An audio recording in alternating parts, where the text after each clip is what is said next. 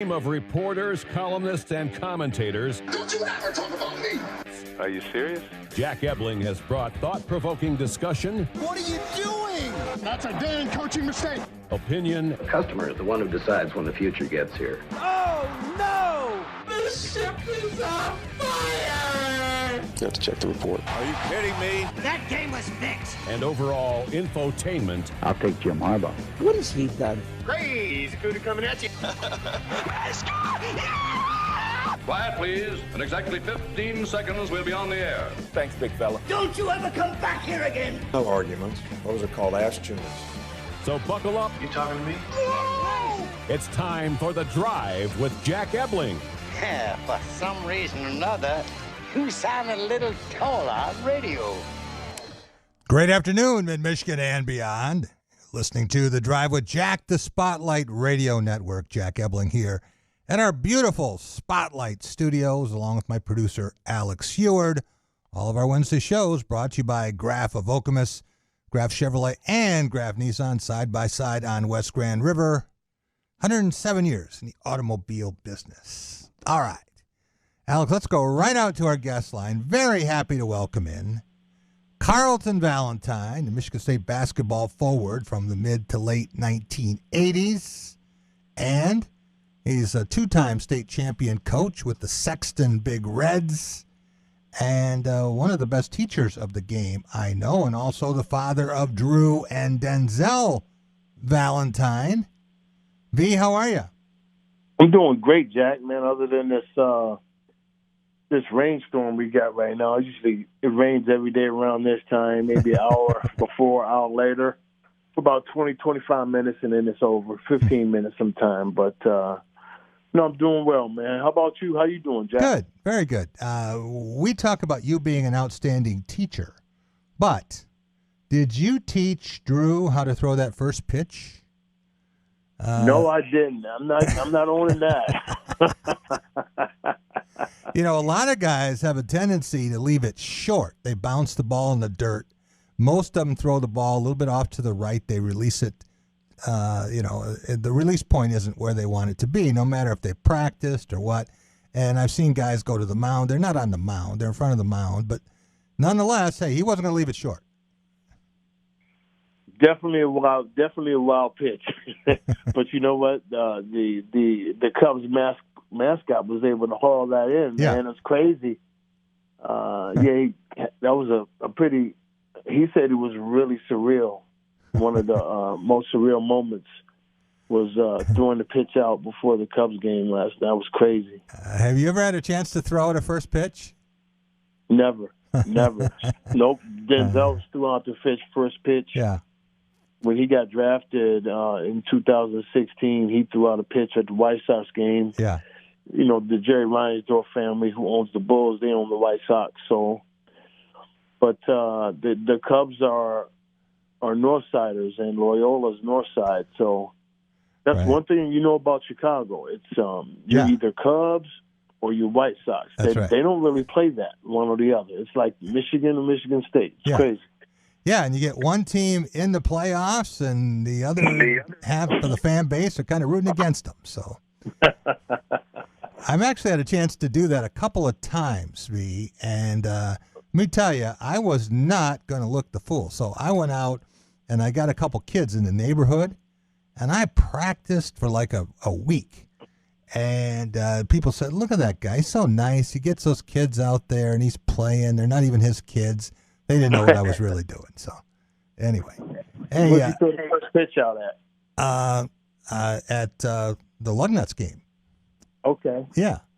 And the bad part there was, you know, it's not like you have a major league crowd, but there are people there you know, and people you're going to run into. If you throw out a first pitch and, you know, it's at a major league ballpark, you're not going to see 95% of those people ever again. But that's right. You do something like that, for the Lugnuts, and people say, hey, you really embarrassed yourself, did you? So anyway, I want to talk about the situation now with Zell and free agency, and we still don't know everything there is to know, but there's progress, correct? Yes, progress. I can tell you this much. He made a visit to a free agent visit to a place, and he met with the GM. He met with the coaching staff.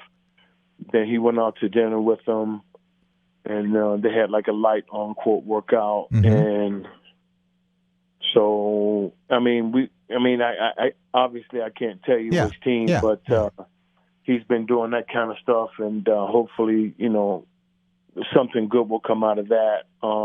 This has been a weird free agency because, like I said, for the first 4 years, he was under contract, and then last year they extended him. So the first day of free agency was done. He was done. So, like this year, it's been probably gut wrenching for him. Because that's how you've been making your livelihood for the last 5 years. So, but the thing about him, he stayed ready. Yeah, he stayed ready. I know that he called right after his workout and said it was amazing. He felt good. Good. It was even better today. And he's 100% healthy? 100%. That's what he said. He said he was moving real well. Good. He said the GM said to him, "Man, you're moving really well." It's like, you didn't get tired. Well, Drew works out. Denzel works out with Drew up at Loyola. Yeah. Drew don't really have any mercy on him. Never has.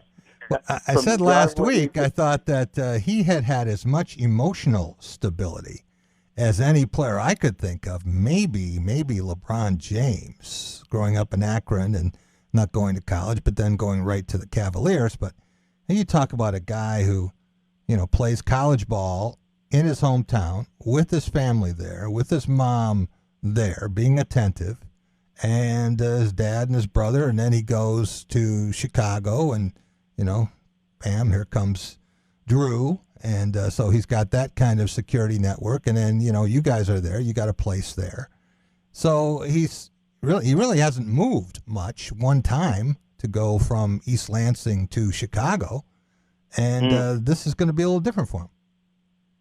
Yeah, it's going to be a lot different for him. So,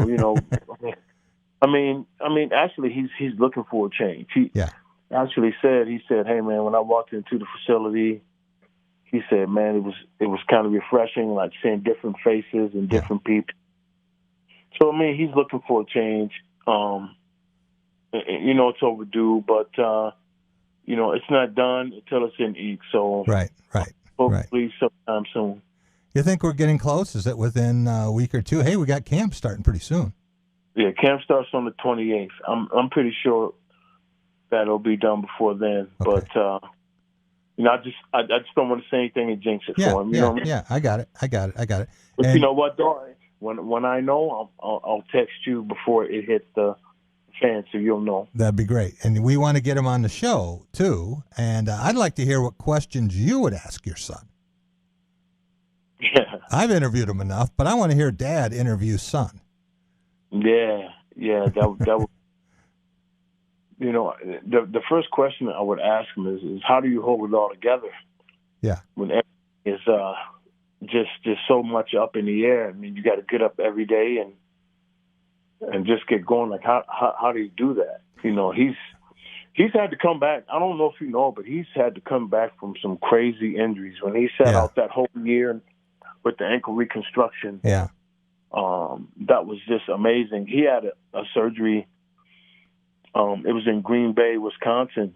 That's where the specialist was, Dr. Anderson, Dr. Bob Anderson. He's the one who did surgery on Steph Curry and a lot of different other players. He does that special reconstruction, and he had to learn how to walk again. You know what I mean? And so that was going into his third season. Right. So he missed his whole third season. So it's crazy. Yeah. I thought your first question might be, do you feel fortunate having won the genetic lottery knowing that your dad was such a great player? You know what? I wasn't a great player. I always tell people that all the time. I said, I can seriously look back and evaluate it now because I got nothing else to give to the game as a player. I probably exceeded what I was supposed to do because I was just so tough mentally and physically that I just outworked everybody and got the best out of my body that I could. Right. You know what I mean? So, yeah. Hey, when Mike Sure. Dean was telling me about you when you were at DeMatha, he made you sound like you were Adrian Dantley 2.0, and he certainly built you up. And but then we saw there were a lot of things you could do, and Bob Knight saw there were a lot of things you could do too. I mean, I could do a lot of things, but I was basically, Jack, I was an undersized post player. Yeah. Being 6'5" with my 6'5", 6'6" with my shoes on, maybe Right. 6'5". Big booty, so I could carve out some space and just enough to get that jump hook off, and Right. a pretty good offensive rebounder. A lot of putbacks, a lot of stick backs, a lot of hustle plays and stuff like that to get points and stuff. And I was good enough for the coach to put me out there and get playing time, to be a regular player in the rotation my sophomore year and to start my junior and senior year. I thank Coach Cheatco for having enough confidence in me to put me out there. You know what I mean? So it's I know exactly what I was now especially after being a coach, right, and coaching my own kids and then coaching hundreds of players over the years since the 90s. Man, I know exactly what I was. Are you and or Zell going to be in town for this reunion, this players reunion this weekend? He may be in town. I'm not sure what his plans are. Mm-hmm. I should find out probably sometime this evening or Right. Probably this evening I'll find out. He may be in town. I was going to go, but we just had a lot going on, so I can't get away.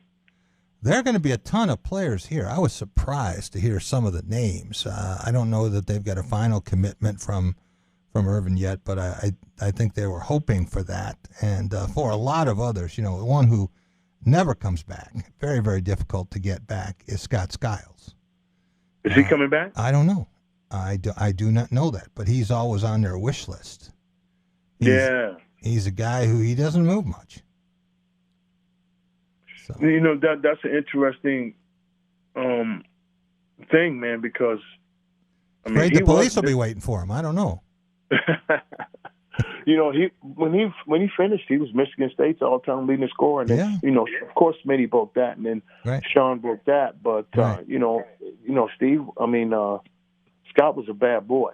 Oh yeah, for sure. Yeah, a four-time NBA head coach too. How's that work? That doesn't happen very often, right? No. I remember him. He was, if I could recall the teams, Chicago, Milwaukee, Phoenix, and Orlando. Yeah, were the teams he's been a head coach at. But gosh, it'd be nice to get back. Has Kevin Willis ever come back? I think one time. Yeah, but we've seen guys here lately. The last couple we had never seen before. So I think maybe they're starting to think, well, I don't know how many more of these I have. Well, I can still see some of these guys and recognize them. I want to try to get back. And you find everybody else coming back. If you're one of the few holdouts, then you look like the odd man out. So that's right. So anyway, hey, recruiting. For Michigan State, they have one commitment on top of the great class that they brought in for the coming season, but they have a guard named Trayvon Holloman from Minnesota that Izzo is very excited about, and missed on a couple of shooters who wound up in the ACC, Isaac Trout and Jaden Shutt. But now the name that seems to be rocketing up a lot of boards is Jackson Kohler. And Kansas really wants him. Iowa thinks he's the next Luka Garza. There are a lot of schools now that have suddenly have said, this is the guy. He's got such a high ceiling. And I think he played with Bronny James. But he's grown. He was 6'7" and 6'8". Now I'm seeing 6'10". He's gone from 205 to 250. But you watch his footwork. And there are some guys, now I'm not saying he's this guy, okay? But you know what I'm talking about, V, whether it was Hakeem Olajuwon or Nikola Jokic or Luka, any of those guys. you would see them do things at an advanced level, and they don't have to be the most athletic guy. They can make you look really silly. And I watched some more video today, and he's got a few jocks that are laying on the ground underneath the basket. Yeah, I mean that's one thing that will never get away from the game is the fundamentals and having good footwork. I watched a little bit of Jackson Kohler play, and he's very fundamentally sound around the basket. Yeah, looks like he can score over either shoulder, right hand, left hand. Right. Looks like he can shoot the three ball off of catch and shoot, which is a must have nowadays if you're going to be a big. I like him. I think he's going to be a pretty good prospect, but for him to play, I wonder how tough he is. I look at, not only when I watch kids play, I look at who they're playing against, and everybody's big and everybody's tough and everybody's strong when you get to college. So, right.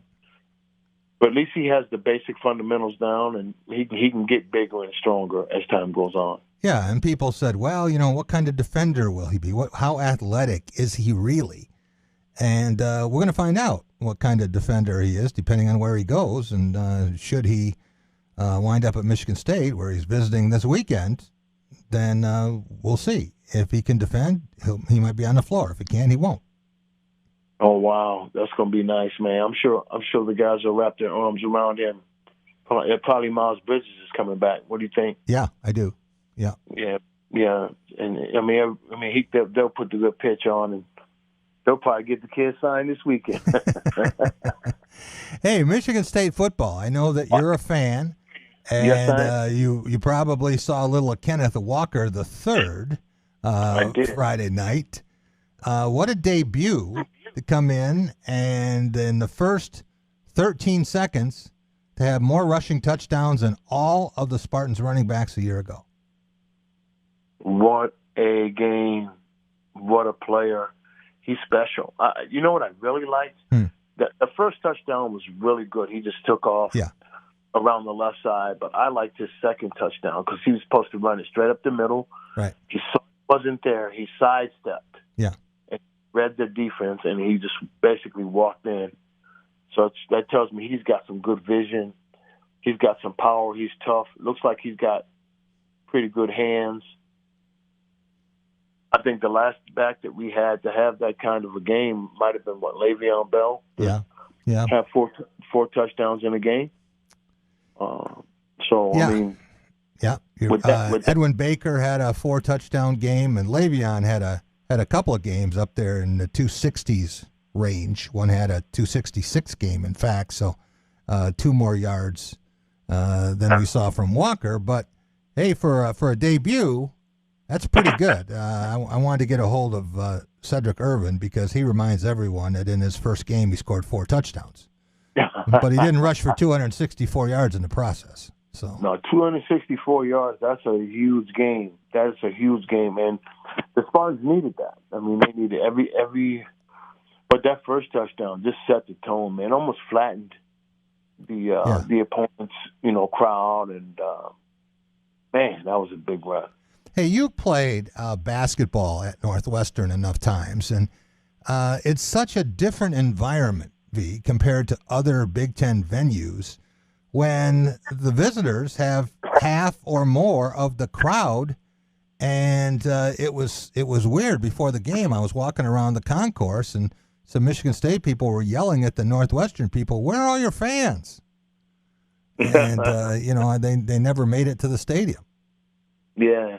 Well, I mean, the Chicagoland area has a heavy, heavy presence with Michigan State University and just Michigan State fans in general. So I remember going to a game.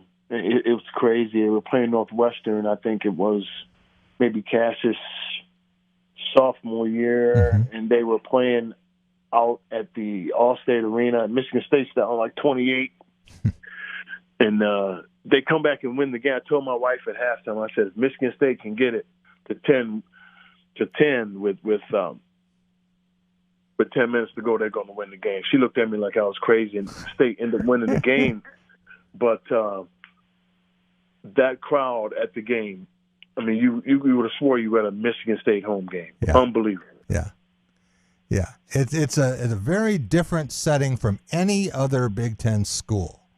And, they get Wisconsin or Michigan State, Ohio State, Iowa, any of those schools, Michigan, they all draw very well. Purdue for basketball will bring a boatload of people in there to Welsh Ryan. And next thing you know, the poor Wildcats, they come out there and, yeah, they got the band. They can hear the fight song, but that's about it. Yeah. That's about it, the fight song. Didn't get a chance to play it very much. Right.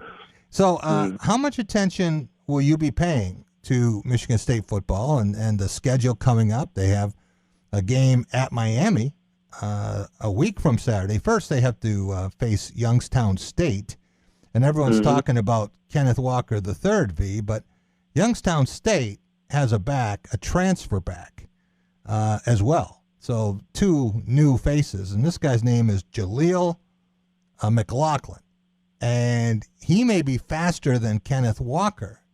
He won state championships in 4 different sprint events in high school and started off at a very small school, Division II school called Notre Dame College. Not University of Notre Dame, Notre Dame College. I didn't even know where it was. And he rushed for nearly 4,500 yards in 2 years. And now here he is at Youngstown State, and, you hear all the comparisons. But I had a guy tell me today who isn't usually wrong on this stuff that don't be surprised if this matchup Saturday in Spartan Stadium, 2 of the 5 best running backs in the country this year. Oh, wow. I didn't know that information, but, I follow Michigan State football very close. I know that the game Saturday is at noon on BTN. I got it all scheduled out. Yeah. Very good information on that running back. So that's going to give me extra incentive to lock in and maybe go to some DraftKings or something. I don't know. They got some interesting stuff now to start the NFL season. Some of our listeners know exactly what I'm talking about, and some have no clue. But they all want to get your business. They all want to get you hooked. And there's one site with a bet that Tom Brady will throw for at least 1 yard tomorrow night in the opener. I'm like, come on. Are you kidding me? No, 1 yard. He's got to throw for 1 yard. There's another one about Tampa Bay scoring a point. I suppose it's possible they could be shut out, but not likely. So, I mean, these are basically gifts they're giving you. But they want you to get in the habit of winning so that then you can start out losing. I remember we were at a Final Four, V, and Jim Boeheim, with his famous matchup zone, is just 2-3 zone, and he was talking about teams that could really shoot it from outside. And he said, I really hope the team we play makes its first 2 threes. Everyone looked at him like, are you nuts? He said, no, because they're going to fall in love with it, and they'll miss the next 11. So, that's kind of the way it is. And Michigan State saw that firsthand down at Little Caesars Arena. So yes, that can happen. Hey, great talking with you. Enjoy the football. I know you will. You have a favorite NFL team? Yeah, we're down here in Tampa now, so I followed the Buccaneers, but I'm a Washington football team guy. I've always have and always will follow them. Yeah. And they got Chase Young, so I'm really, really excited about the Washington football team. There you go. And you've always got Tampa Bay, and they're going to win a few games. I would be surprised if Tampa Bay was not at least back in the NFC Championship game. And do you have teams in the Super Bowl? Your prediction? You want to give them to us now? No, too early. Too early? Way too early. I haven't seen anybody yet. Okay. It's preseason games. The starters only play a few snaps, so right. You never really get to see everything, the continuity. I usually do it after about 5 games. Oh, okay. All right. Well, I usually do it before the opener. And okay, Alex, I might as well do it right now while we got V here. First time I can remember picking a repeat champ. But I'm not picking the Bucks over the Chiefs the way most people are picking those teams, and I think the most common prediction I've seen is the Chiefs over the Bucks. I'm picking the Buccaneers to repeat as champs, beating the Bills. Oh, you're taking the Bills. You like Josh Allen then. You think Josh Allen's going to get it done. I do. Okay. I do.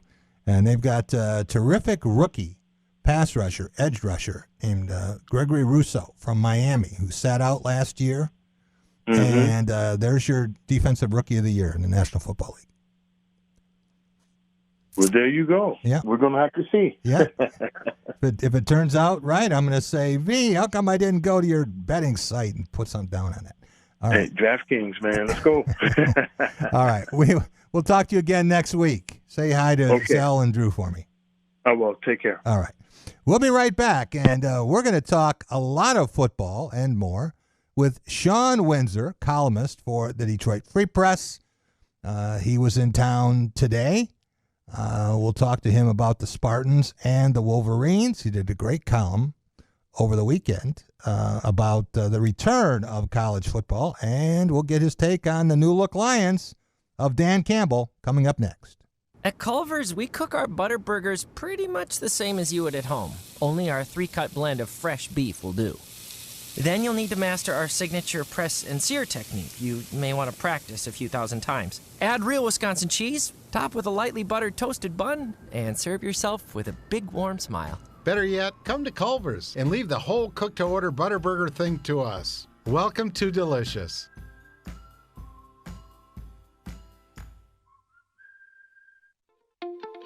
The love of the game draws us to sports, as players, coaches, spectators, and officials. For officials, it's a way to stay in the game they once played, to feel the thrill of putting on the uniform, stepping out of the playing surface, hustling to make the call, and building the relationships which can only be built in sports. If you still have that love for the game, we always need new officials. Register now at MHSAA.com. A message from the Michigan High School Athletic Association, promoting the value and values of educational athletics.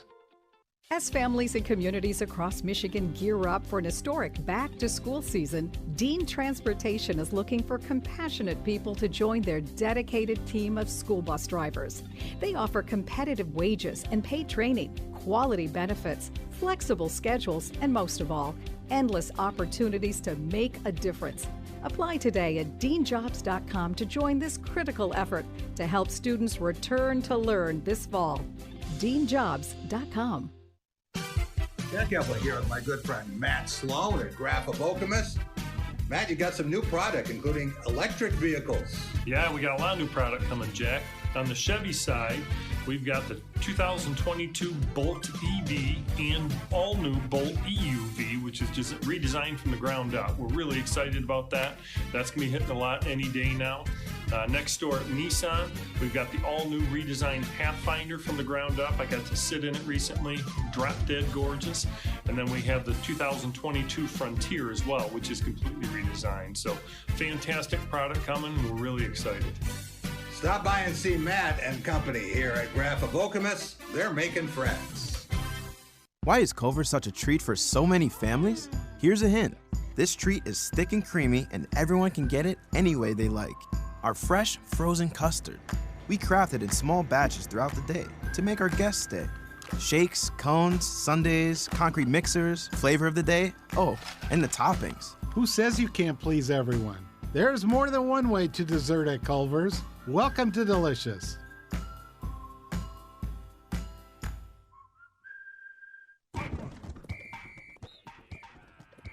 Welcome to Be the Referee with MHSAA Assistant Director Brent Rice. Just about every sports fan, at one time or another, has left a game wondering, how do officials get evaluated or graded for their performance during a game? At the high school level, the MHSAA has a school rating system to where following each game, both teams submit a rating for the officials' work. The rating is then sent to the MHSAA office and compiled over a 3-year period. An official then has an average rating, and the schools can also indicate areas for improvement or growth where they deem appropriate.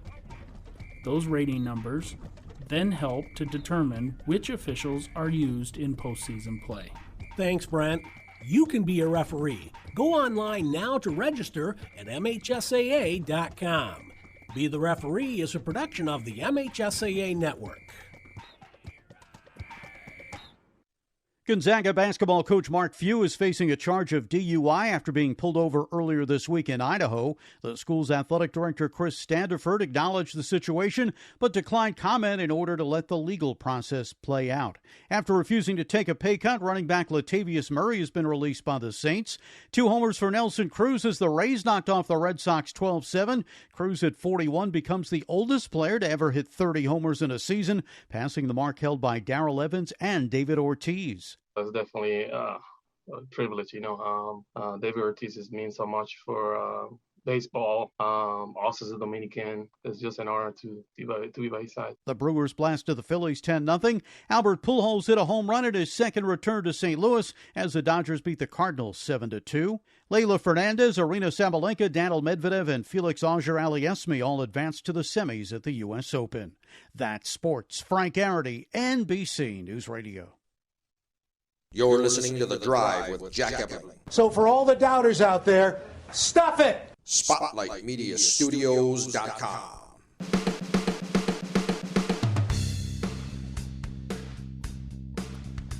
Welcome back. It is The Drive with Jack, the Spotlight Radio Network. Jack Ebling here with my producer, Alex Heward. All of our Wednesday shows brought to you by Graf of Okemos, Graf Chevrolet, and Graf Nissan. Side by side on West Grand River. Stop and see Matt, Mark, and Greg. They'll take great care of you, as they have on all 7 of my leases and purchases. All right, let's go back out to our guest line, and very happy to welcome in Sean Windsor, outstanding columnist for the Detroit Free Press, and he's already immersed in college football. How you doing, Sean? Not too bad, Jack. How are you? And thanks for having me on. It's been a minute. Well, I enjoyed your column over the week about the first weekend of games and the 2 venues, and you had a chance to have a little barbecue along the way. I did, with a Detroit news writer who we won't name. Okay. I mean, I don't know. He's probably on the show from time to time. He covers Michigan State. Yeah. I think I know who that is. I was going to say that there would be some other people saying, why didn't you take me? Truth be told, Sean Windsor has a reputation, Alex, as the best cook of anyone who's been on the beat, and he's treated us to some of that fare. So what constitutes a Sean Windsor-worthy stop on the barbecue circuit? Well, I'm not, I don't know, Jack. Maybe it's just because I'm getting older. I've never been a snob about it at all. I barbecue myself. I make plenty of mistakes cooking myself, so I try to be, generous in that way. I'm not as picky as I used to be. Okay. Not that I was ever that picky, but I like, so for me, Jack, by far the hardest thing to do at home is brisket. Yeah. It's an unforgiving cut in a lot of ways. There's a nice fat cap on it if you can get a good quality brisket. So you can work with that a little bit, but of all the meats you smoke, it's generally by far the thing you have to do the longest. Sometimes upwards of 16 hours, and it's a thin cut. Like pork shoulder is a lot more marbling all the way through it. It's much more forgiving. So yeah, I guess this is a long-winded way of saying I like to eat brisket when I'm out. And you can generally tell, you can judge a place by how well they do brisket. This place does good brisket. Mm-hmm. That I was in Chicago. That I've actually been there with Matt Charbonneau before, who was with me, by the way. Yeah. I like their ribs though. They're delicious, and they do good chicken, which is sort of an afterthought for a lot of barbecue places. But their chicken is good. But to me, if you a solid pork, pulled pork, and a good rib, if you do that, then you're okay with me. There are very few places that do brisket really great, and I've lived in Texas, and that's the place to me that it's kind of home. Central Texas is where you get the best brisket in the country, by and large. Although I've had good brisket in other places, New York, for example, and Brooklyn. All places. That's surprising. Yeah. Yeah. But it's like Mexican food. When we were young, if you lived in Texas, which I did, you could find good Tex-Mex in California and places. But now you can go out in all sorts of little spots all over the country and find delicious taquerias, right? Because the demographics change and the culture's changed in a lot of ways. So you can get good stuff all over the place. And I feel similarly about barbecue. It's not just in Memphis, Kansas City, North Carolina, Texas, the places you sort of assume. There's good Q in lots of places, my man. All right, we're used to seeing Todd Blackledge on his tour and the favorite restaurant stops around the country when he goes. Any chance that we'll be seeing Sean Windsor's tailgate tips? That's a good question. You know, I've often thought about it because so many people that love sports, especially college football, and folks like to tailgate. And that was kind of part of that's why I started off with food in that column, because we've really missed that, Jack. We missed the fans. And it's not just the fans in the stadium, it's the tailgating that surrounds the stadiums. And some of these stadiums are kind of interconnected in the neighborhoods, which is great. It's one of the great differences between the NFL and the college. But just this idea of cooking and sharing and community. And, you know, I was talking with a colleague of mine about this the other day. Baseball has opening day and the traditions of that, and it's great. But I still don't think there's anything quite like a college football Saturday, a program that has, some roots and the all-day affair, right? And just, I mean, obviously people like to drink and so forth, but you load your car up or your truck up or your SUV up, and then you camp. It's like combining camping with football. You know, there's nothing else quite like it in sports. I know we tailgate at the NFL stadiums, but even then, not the same.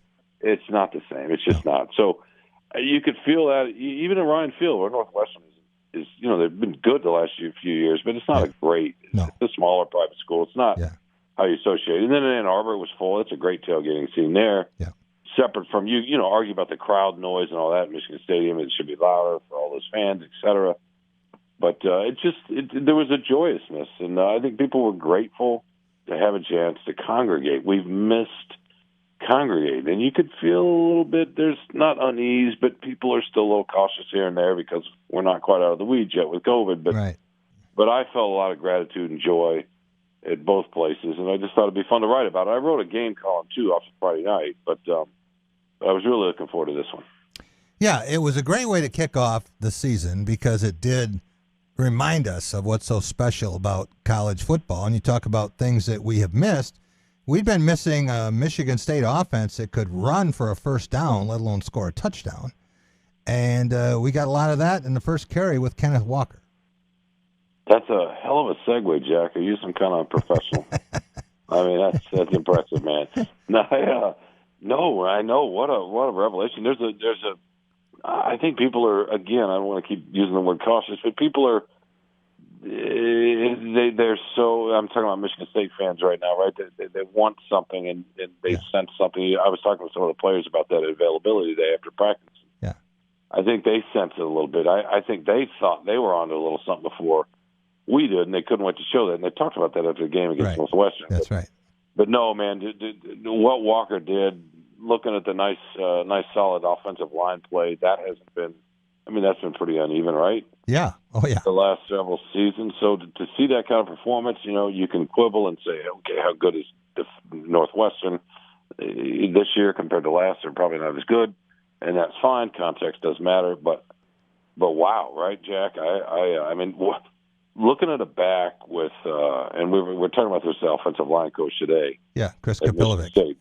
Yeah, who combines patience, that's the word that they use so often, vision, those two things. Yeah. He's not huge and maybe not top end speed, but he's playing. Obviously, he ran 75 yards on the first play, but he's got great acceleration. So, and then he can make you miss. So you combine the patience, the vision, the acceleration, and the you know, the hip swivel, the stop and start ability to make a guy grab air. That's a heck of a combination. When's the last time State had a back like that? I mean, maybe Jeremy Langford. Maybe he was a little bit bigger. You know, I think Kenneth Walker's 5'10", maybe, and maybe. You know, Jeremy was 6'1", so he was a bigger kind of back. But I don't know whether Jeremy even had the top end speed that this guy has. See, we were talking with Kapilovic today, Sean, and for the first time since 2015, when Michigan State won the Big Ten and made an appearance in the college football playoff, they have enough offensive linemen where they can rotate. And that was something that was so effective that year because they wore teams down in the fourth quarter. They won every fourth quarter except Alabama when they didn't score. But they've got guys now, and you talk to Kapilvik about his starters, and he says, I don't know, I got 9 guys. I want to play them all. So, by the fourth quarter, they've played half as many snaps as these guys who are dragging. Yeah, I think you and I are both standing there for that part of the conversation. And you don't normally associate the offensive line with that kind of rotation, at least not that frequency, and 9 guys. And, the idea that you have 9 starters. Maybe on the offensive line you want a rhythm in a different way, whereas the defensive line, especially with the tackles in particular, where you're trying to get uphill, right, so to speak. Maybe not uphill, but just going through the force you have to have on the defensive line to push against that play after play after play. So it makes more sense to rotate guys in, right? Which is, okay, go get the quarterback. And, sometimes you want to fill the gap or whatever. But it's just, we don't associate that. So I thought that was an interesting conversation today, that he feels like he's got that many guys he can plug in. And if you'll remember, the one thing that really struck me is, because he said some of the starters didn't want to come out, and some of the other guys who've started before were itching to get in, and he's told them that if they all buy in, if they can be unselfish, and sort of not think about, okay, how much clock am I going to get in this particular game, because you're going to get sometime more against others depending on matchups, that could really be a force, right? Because then you're really won. And obviously it's cliche, but it's true. And I thought that was really interesting that that's been part of his pitch to these guys is, hey, maybe we can be a 9-man unit. And it was a different kind of game, Sean, when Michigan State scored 38 points and get over 500 yards, but they didn't have the ball very much. Their time of possession was low because they were having explosive plays, and then Northwestern would get the ball back and kind of slog around for a while. And so, you don't have the ball 25 minutes, and guys say, I don't need to take a shower. No, for sure. It just didn't look like, it just was so different from what we've been used to seeing up there for a while. I know that the Connor Cook teams, you see the playoff team, the year before especially, when they beat Baylor in the Cotton Bowl, that offense put up, I think that was the highest scoring offense in the last 20 years. Wasn't it that year? Yes. I mean, they were almost at 40 points a game, if my memory serves. And they did a lot of that through the year too. And that's the other thing, Jack. I think they've got more to show through the passing game. Yeah, I like Thorne a lot. I don't think he's a game manager, just a game manager. There's nothing wrong with that. But he made a few plays the other night, Friday night in Evanston, that kind of throws on the run, even just 4 or 5 yard gains where he made something positive that moved the chains, maybe not moved the chains, moved the marker a little bit to set up moving the chains. And I thought that was important. But he's got nice touch. He's got nice presence. I mean, there are going to be games when they're going to need him, right? Yes. Because Walker's not going to run for 250 yards or whatever it was every weekend. Right. So I'm really curious to see, because I think those receivers are pretty good.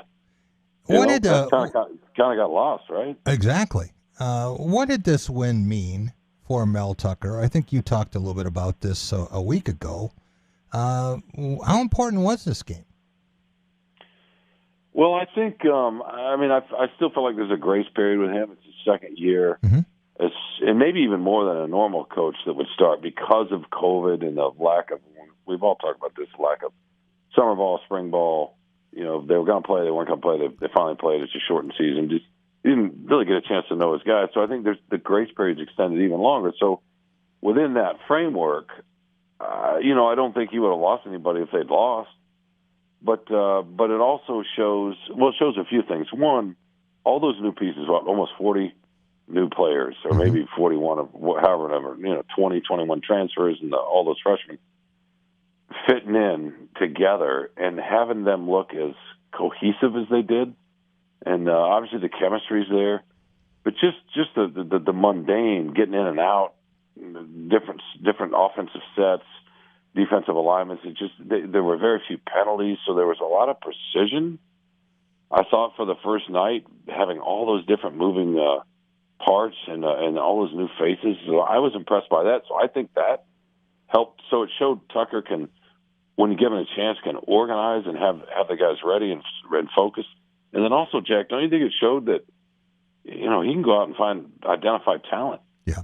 I mean, right? I mean, it's not just Walker he found in the transfer portal. Right. We'll see about the recruits, the young recruits that are coming in as the season moves forward. But I think it was important in a sense that it showed that he knows what he's doing, right? Yeah, I said I don't remember an opener where the fans had less to grumble about. The only thing where I've really heard a lot of criticism was his call on the last play of the half when he tried that 60-yard field goal that had no chance of getting there. And then people said, well, he should have maybe thrown the ball in the end zone and you throw a Hail Mary and see what happens. But it's kind of nitpicking at that point.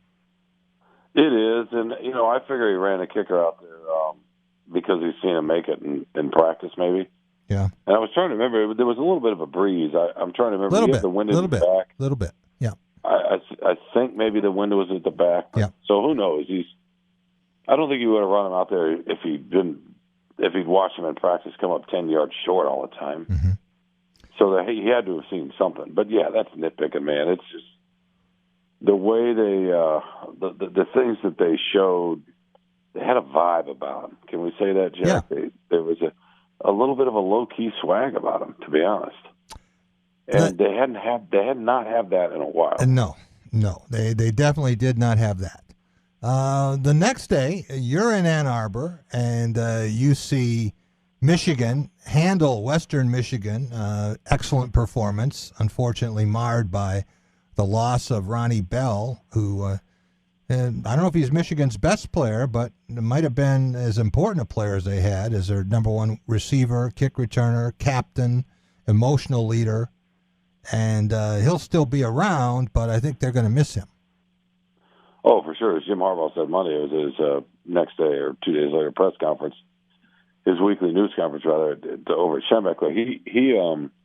Harbaugh said, look, we're not going to replace him. You can't replace him. It's the institutional knowledge, the sense of the moment, the ability to make plays. I mean, the most spectacular thing is that one-handed catch, I think, which was nullified by a penalty. But no, that was really too bad. That you hate to see that, obviously, and that it was on a punt return. I know there are some folks that might say, well, what was he doing returning punts? But coaches have been using their best players a lot of times on special teams for years. It's part of football. But I thought they were impressive in a way. They also looked organized and in tune and focused and together in a way they did not last year. And I Western may not be very good at all, but I thought there were some nice things. And I like their quarterback too. He reminds me a little bit of Thorne in the sense that he's got that quarterback quality about him.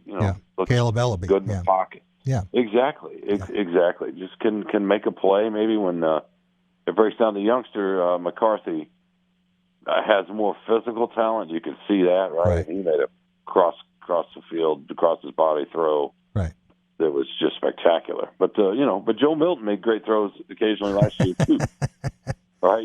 There's something to be said for knowing how to play. I'm not saying McCarthy doesn't, but you can see why they like McNamara, and they got good running backs, and their line play was solid. Again, it's the context of one game against the opponent that was clearly overmatched physically. Yeah. So you don't want to get too carried away, but they were miserable last year, right? Right. And they needed to change, and they did. I don't know what that's going to lead to, but 7-8 wins maybe. Yeah, I think both of these teams, Sean, are clearly better than they were a year ago. I don't know if Ohio State is losing sleep yet, but I think that you're going to see some semblance of respectable football from both of these programs. Yeah, competitive football. And even if they do just win 6 or 7 games each, and I'm not sure who I would say has the better chance to maybe sneak up to 8 or 9. You expect they'll be competitive, week in and week out, right? Even if they take some tough losses in the fourth quarters. And I think that's it's a little bit different from fan base to fan base and the expectation. I think Michigan State fans would be thrilled with 7 wins, 8 wins. Although you know how that goes, that can change quickly, Jack. If they win a few early, then all of a sudden your expectation changes mid-season. Right. And but Michigan State wins 7. I think most people would consider that to be real progress. If Michigan wins 7, I don't know if Jim Harbaugh keeps his job. Yeah, that's a tough one. It depends on how they lose, right? You know. Yeah. I mean, I don't know. Maybe he'd get one more year if they show progress and they get better and they're competitive in the losses. But yeah, you would think that. I think Michigan fans would be better, be okay with 9 wins. Yeah. I don't know if they'll get there, but even 8 wins, I don't know. These things are. Look, he made a lot of changes. Harbaugh did. He changed the staff up again. The players clearly have felt it and talked about a much better energy in there. It had grown. Harbaugh kind of. I don't know if he was overthinking himself or just struggling in other ways. He kind of lost parts of maybe what made him so good because, they were really good the first couple of years, really good that second year, and it happened so quickly, and he had such a great resume before he got here. And then, as you know, it just kind of went sideways. So, I don't know. Michigan's a finicky place that way. I don't know that it's not like Alabama or Ohio State. I don't know that 7 wins would necessarily cost him his job. Yeah, I don't think that the fans there, who are so used to Big Ten championships, really are going to give him too much credit for the win over Western, as convincing as that was. They're going to look at it and say, you've been upset 3 times at home by Michigan State. You haven't beaten Ohio State, and the last 2 games you've allowed 62 and 58, and you've won 1 bowl game. So, is that what we expect as leaders and best? I guess it depends on what your standards are. Oh, for sure. I just think that they've gotten used to. There's almost a resignation about the program at the moment, or has been the last couple of years. And then if they show a little more promise this year, I know it's a strange thing to say about a school that was used to what you just said, but it's psychologically, it's tricky sometimes, because they've been in the doldrums, and so if they show a little bit of light, then maybe, and there's a lot of youth on the team. Maybe, well, okay, bring it back for 1 more year. Change is hard too, right? Sean, did you ever think we would think of Michigan as a basketball school?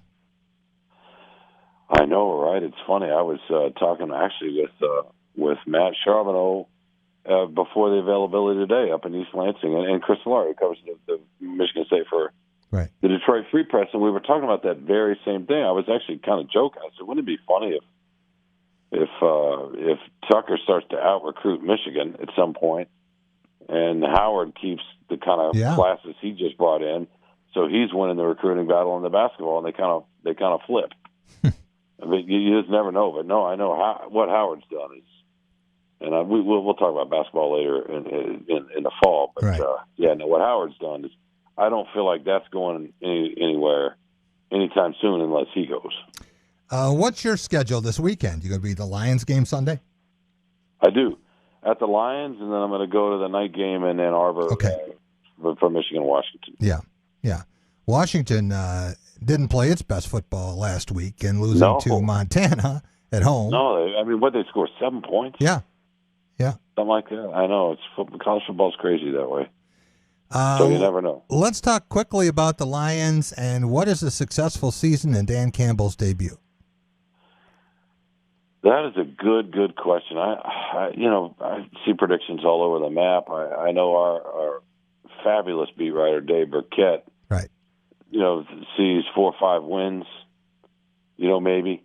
But they could win 3. I mean, I just don't know. Really, what kind of player is Jared Goff going to be? The offensive line could be, I think, pretty solid. Mm-hmm. I mean, they were a year ago. The rookie, Penei Sewell, the number 7 pick, has struggled a little bit, but he's obviously very, very talented, and give him some time. They've invested a lot of capital in it. The 3 first-round picks up there, right? It's true. But if that line comes around and Jared Goff is finds his way a little bit, and T.J. Hawkinson's emerging as one of the best tight ends in the league, and they get some serviceable play out of the receivers. Maybe they could win 5-6 games. I don't know. I don't expect much more than that. I don't know what you think, but I don't know that they're going to be great defensively. I mean, this is the first year of a true rebuild, right? Right. And they never wanted to use that word under the last regime, but let's be real. That's what's going on here. So if something crazy happens and they win a little bit more than that, I think obviously that'd be great. But I think as long as they show that they can develop some guys, that the young players are getting better by November, December, and they can compete a little bit more as the season goes on, I don't think the win total is really going to matter that much. Unless they don't win at all, like 0. Right. The last championship, 64 years ago, so it's not like fans have been spoiled by success. And, you think about some of the great players we've had a chance to see. The fact that Barry Sanders and Calvin Johnson, and there have been others who've come through here. I think Lem Barney wasn't as exciting a defensive back as we've had. And there was a point when Ndamukong Suh was dominant at his position, but it never seems to show up in terms of the playoffs. And when they have gotten there, they haven't won. No, and even Stafford, I know, he was a polarizing player in a lot of ways, but when he was good, he was great, right? I mean, he could do things and make throws that very few quarterbacks could. So he was kind of fun to watch in his own way. I know he was frustrating for a lot of folks, but he's not quite Calvin Johnson at that level, but he was an interesting and entertaining player for sure. And you're right, they don't really have anybody quite like that. I think Hawkinson has a chance to be an all-pro type guy, not just a Pro Bowler, but an all-pro. Right. And it's probably one of the best 4 or 5 guys in the league right now. But how much you say? Oh, I'm going to watch the Lions because I want to watch the tight end, right? Last question for you, Sean. Let's say the Rams have an incredible year. They've already had some injury problems, but let's say they put it all together and Matthew Stafford has a year that some people have always thought he was capable of, and the Rams make it to the Super Bowl. How do you think that would go over in Detroit and with Lions fans? It's funny, I was arguing about this with my colleague Carlos Menares for a podcast that we've started. That if I can plug that for a second here, it's a Free Press Sports with Carlos and Sean. It comes out. Well, last week was our debut, and it's going to publish on Thursdays. You can find it on Spotify, Apple Podcast, places you find your podcasts, and we'll have a link to it on the homepage. But anyway, we were arguing about this yesterday for the podcast that's coming out tomorrow because Peter King picked, longtime SI Sports Illustrated writer, picked Stafford to win the MVP and the Rams to win the Super Bowl. And I think it'll be similar. Carlos disagreed, but I feel like it'll be similar to what Verlander experienced a little bit, right? I mean, Carlos made the point that Verlander did a little bit more, but the Tigers probably did a lot more. He was in the World Series twice, so he was closer, and the Tigers got a little, maybe more satisfaction out of Verlander's time here. But there were a lot of people that were happy for him. I think there'll be plenty of people that would love to see Stafford do well as just a weird source of sort of Detroit pride, right? Right. There are also plenty of people that probably don't care that many left or were frustrated or wanted them gone a long time ago. I think it'll be split, but don't be shocked if there's a decent amount of Lions fans who are happy to see that. And who knows, by November, if the Lions have got 1 win or 2 wins, the Rams might secretly be the team for a lot of people. Sean, thanks so much for joining us. Appreciate it. Have fun Saturday night and Sunday, and we'll talk to you soon. All right, thanks, Jack. Anytime. Sean Windsor, columnist for the Detroit Free Press. Alex, what do you think about that? Do you think the fans of the Lions in this state will be pulling for Matthew Stafford, that they won't really care, or that they hope he doesn't win a game? I'll be pulling for him. I mean, he's my favorite Lion of my lifetime. Yeah. I think he's given me the most joy of watching Lions football. I mean, and then you got the diehards that are worried about the draft pick and things like that are probably going to root against him. I don't think anybody's going to be rooting against Matt Stafford just because they don't like him. That would be my take. We'll be right back. Jim Stark, Michigan Sports Legacy Conservancy, is in the house, and we'll talk about Tigers and the Pistons. We'll be right back on The Drive with Jack. At Culver's, we cook our butter burgers pretty much the same as you would at home. Only our 3-cut blend of fresh beef will do. Then you'll need to master our signature press and sear technique. You may want to practice a few thousand times. Add real Wisconsin cheese, top with a lightly buttered toasted bun, and serve yourself with a big warm smile. Better yet, come to Culver's and leave the whole cook-to-order butter burger thing to us. Welcome to Delicious.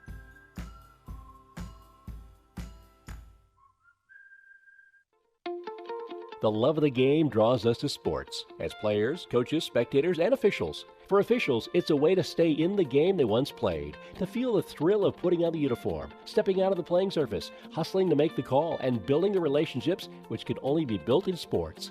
If you still have that love for the game, we always need new officials. Register now at MHSAA.com. A message from the Michigan High School Athletic Association, promoting the value and values of educational athletics. As families and communities across Michigan gear up for an historic back-to-school season, Dean Transportation is looking for compassionate people to join their dedicated team of school bus drivers. They offer competitive wages and paid training, quality benefits, flexible schedules, and most of all, endless opportunities to make a difference. Apply today at deanjobs.com to join this critical effort to help students return to learn this fall. deanjobs.com. Jack Epling here with my good friend Matt Sloan at Graph of Okemos. Matt, you got some new product, including electric vehicles. Yeah, we got a lot of new product coming, Jack. On the Chevy side, we've got the 2022 Bolt EV and all-new Bolt EUV, which is just redesigned from the ground up. We're really excited about that. That's going to be hitting a lot any day now. Next door at Nissan, we've got the all-new redesigned Pathfinder from the ground up. I got to sit in it recently, drop dead gorgeous. And then we have the 2022 Frontier as well, which is completely redesigned. So fantastic product coming. We're really excited. Stop by and see Matt and company here at Graph of Okemos. They're making friends. Why is Culver's such a treat for so many families? Here's a hint. This treat is thick and creamy, and everyone can get it any way they like. Our fresh, frozen custard. We craft it in small batches throughout the day to make our guests stay. Shakes, cones, sundaes, concrete mixers, flavor of the day, oh, and the toppings. Who says you can't please everyone? There's more than one way to dessert at Culver's. Welcome to Delicious.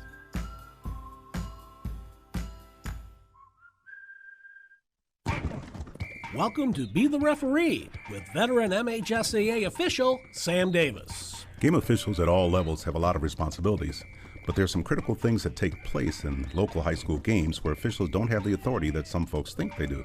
Let's start with injuries, specifically concussions. Concussion management starts and ends with the local school. If an official suspects a concussion or any injury, all he or she can do is notify the coach of the team.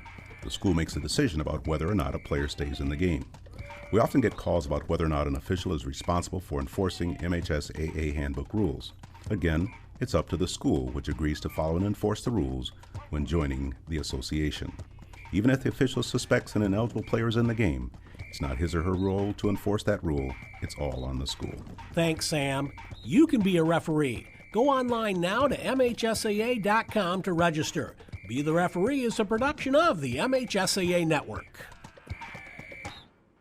Gonzaga basketball coach Mark Few is facing a charge of DUI after being pulled over earlier this week in Idaho. The school's athletic director, Chris Standiford, acknowledged the situation but declined comment in order to let the legal process play out.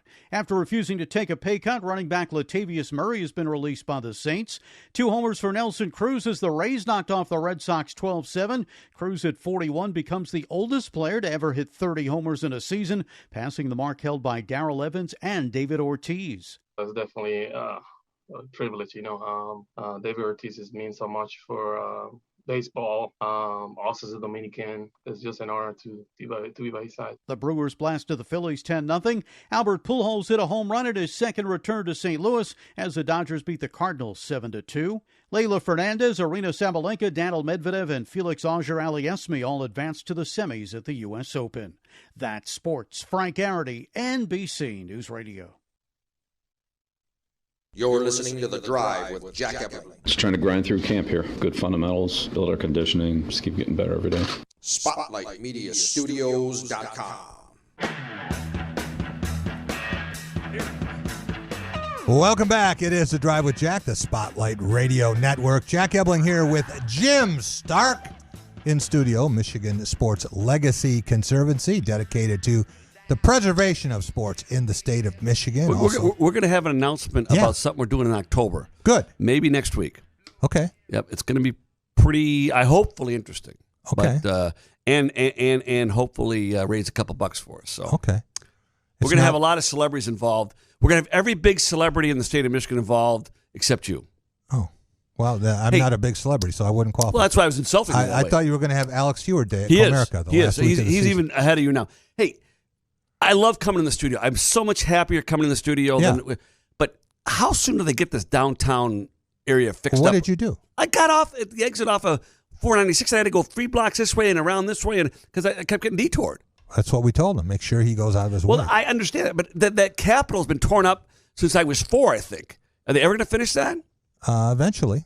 In our lifetime? Eventually. I don't know about that. How long do you plan to live? I was hoping long enough to see the grass and the trees or whatever they're planting. Well, that might be. You know, it used to be like this until you started coming downtown. No, I don't believe They that. said, Stark's here. Let's I don't rip believe this thing that. out. Okay. All right. You want to talk Pistons or Tigers first? Pistons big trade. Yeah. Go ahead. Unsurprising in a way, but another way. I mean, what you and I have said right along that we are becoming Piston believers, right? Mm-hmm. Yeah. But this one sort of, I don't understand it. They could have gotten rid of Jahlil Okafor for half of his I think they owed him 2 point something, and they could have written him out for half it for one.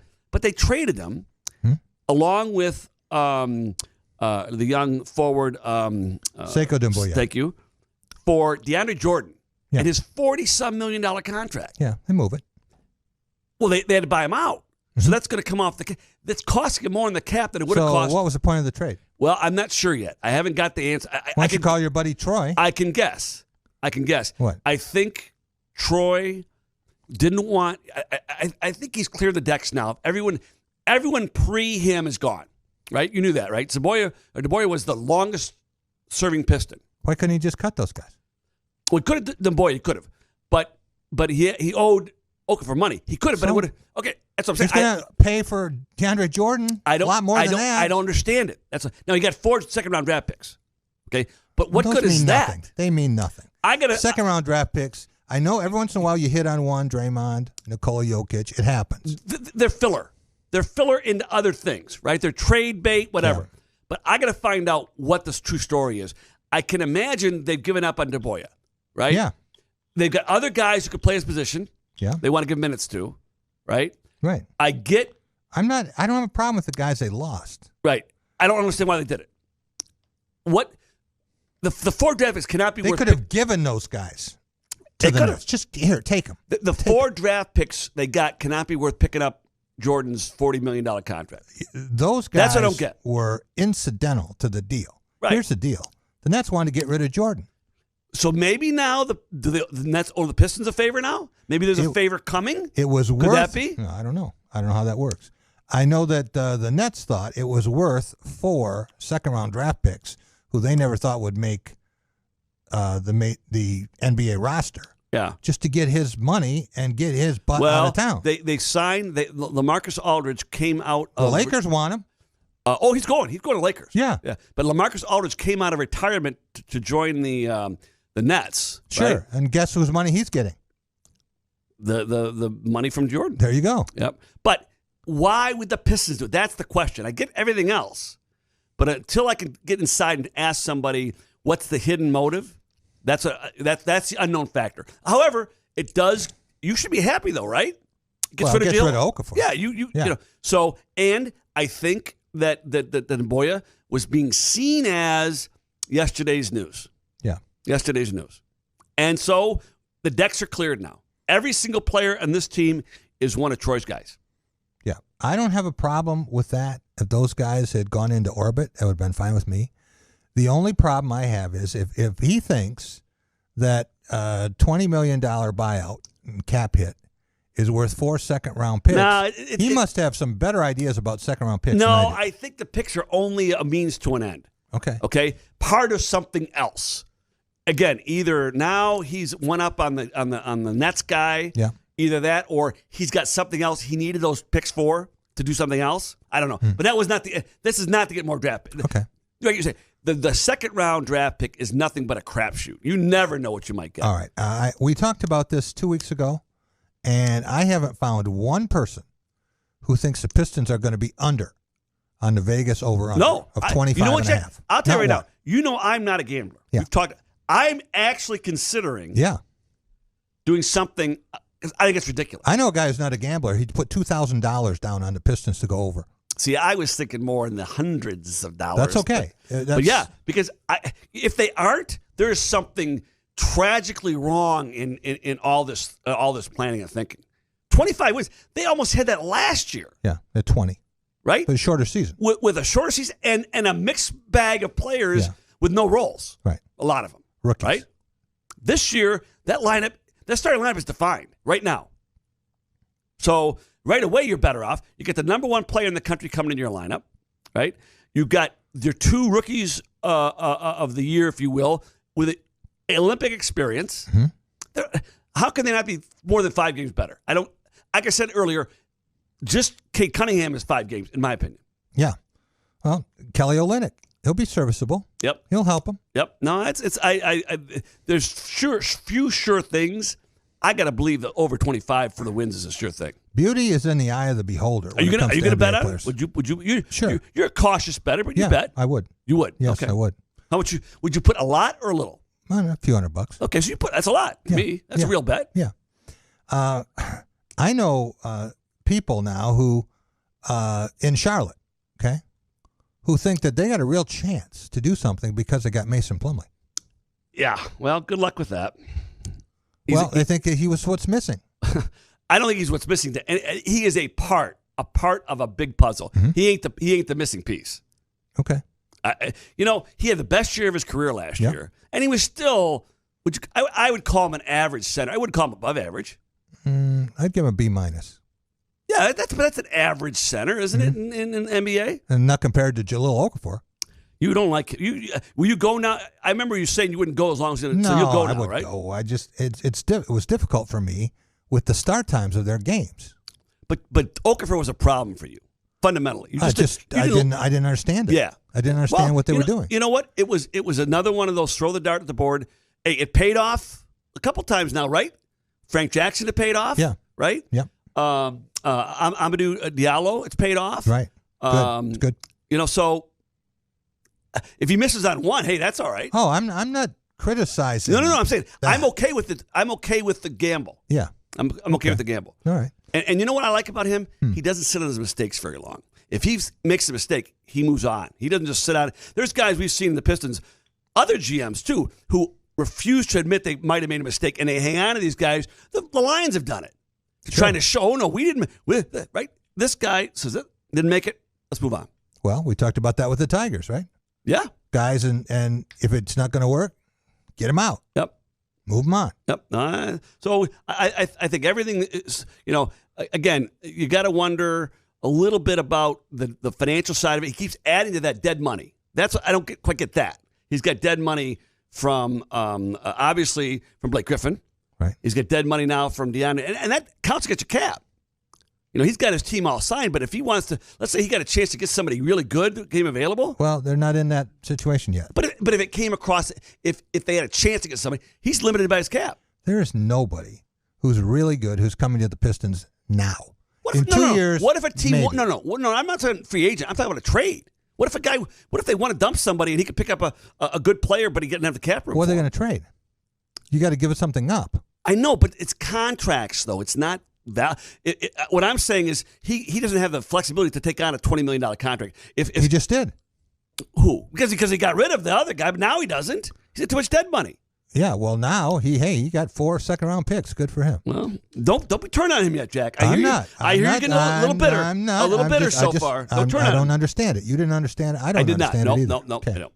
All right, we agree on something. Yep. All right, what about the Tigers now? And they lose a pair to Pittsburgh. Can't lose to Pittsburgh, Jack. They are a C- to D level Major League offense when you're building, you can't lose to them. Even on their stadium, you can't lose to them. Not when you're pitching. See, the problem right now is the Pistons are trying to mark the innings so tightly for Casey Mize and Tarek Skubal, and so they're putting guys out there that aren't gonna shut them down for 4 and 5 innings. And that's what they last night. Now I will say this: last night I think I don't know who got hit, but it was one of my key pitchers. So that wasn't great, but I don't like, it's this rotation of bringing these guys in who have proven they can't get outs on a regular basis. That's what worries me. And it's going to cut down on their wins. If I have Casey Mize go 5 innings, my chances of winning that game are better than if I go 3 innings. No doubt.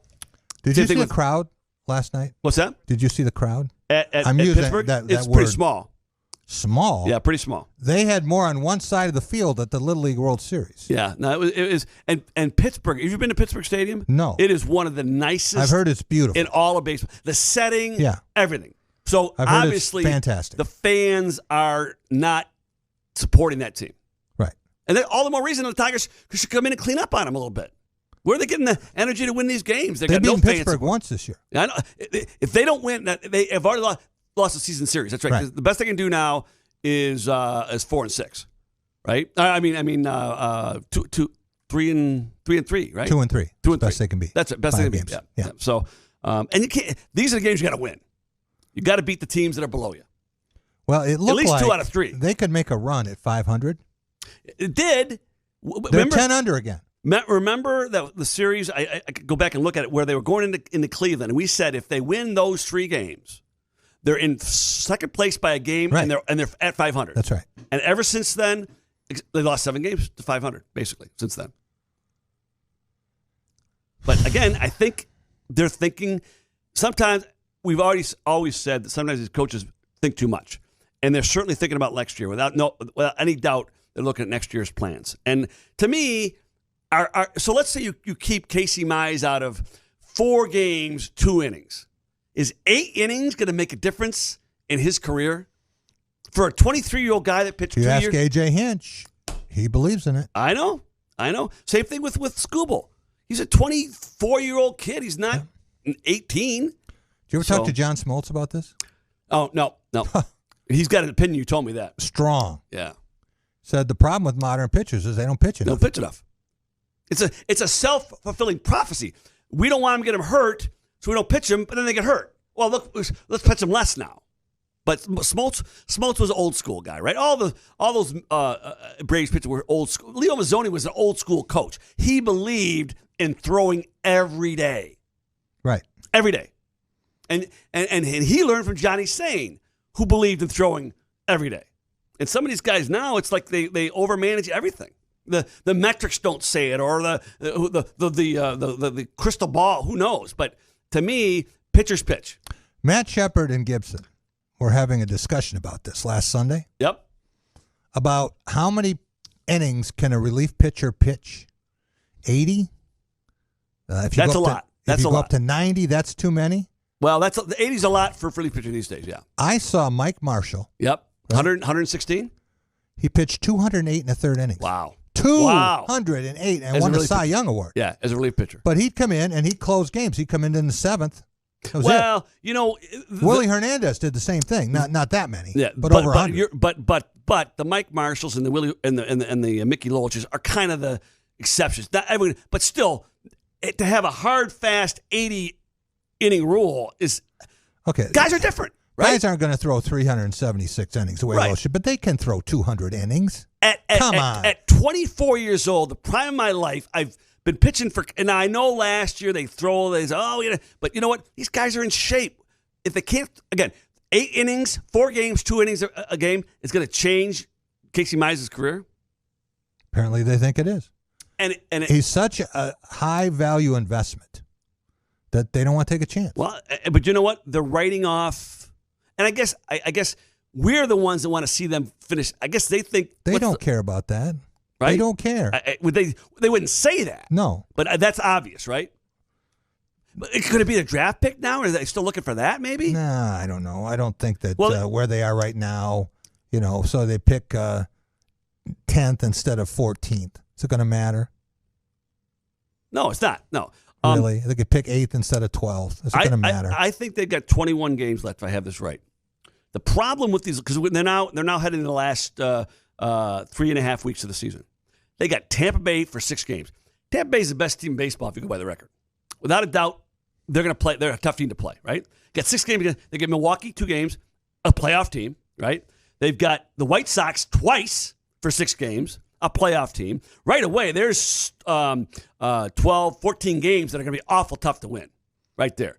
You got KC and Minnesota. They have 22 left. They played 140. Okay, 22. So, but I know they play the Tampa Bay 6 and the White Sox 6. That's 12 right there. And 2 against Milwaukee. That's 14. I thought they had 7 against Tampa Bay. No, they have a 4-game set and a 3-game. You're right. They do. They on the road. They're 4 games. Yep. Yeah. Yep. That's so where, that's my other 7 game. left against they have them. 7. One-third of their games are against Tampa. Yep. Tampa and Chicago, Right. and 2 against. That's playoff teams. All of them. Right. They're not going to lay down. They're not going to give them the games. So right away, I thought they had a chance to finish September at 500 for the month. I don't think so now. I think they may finish 3 or 4 games under 500. And the schedule that was so favorable and cushy it's in come August back to pay. Yeah. And they got Minnesota for 3 and Kansas City for 3. They never play well against those 2 teams, it seems. Well, those are the teams they have to beat to stay They in have last to. place. Right, but, and that's isn't that important now to try to have some accomplishment, like not being in last place? Isn't that a sign of progress when you're not in last place? Or how about the win total? I thought they had a chance for close to 80 wins. I thought 80 wins would have been great. 2 games under 500, I would have been thrilled with, right? Yeah. And now they're going to have a hard time getting to 74 or 72. Yeah.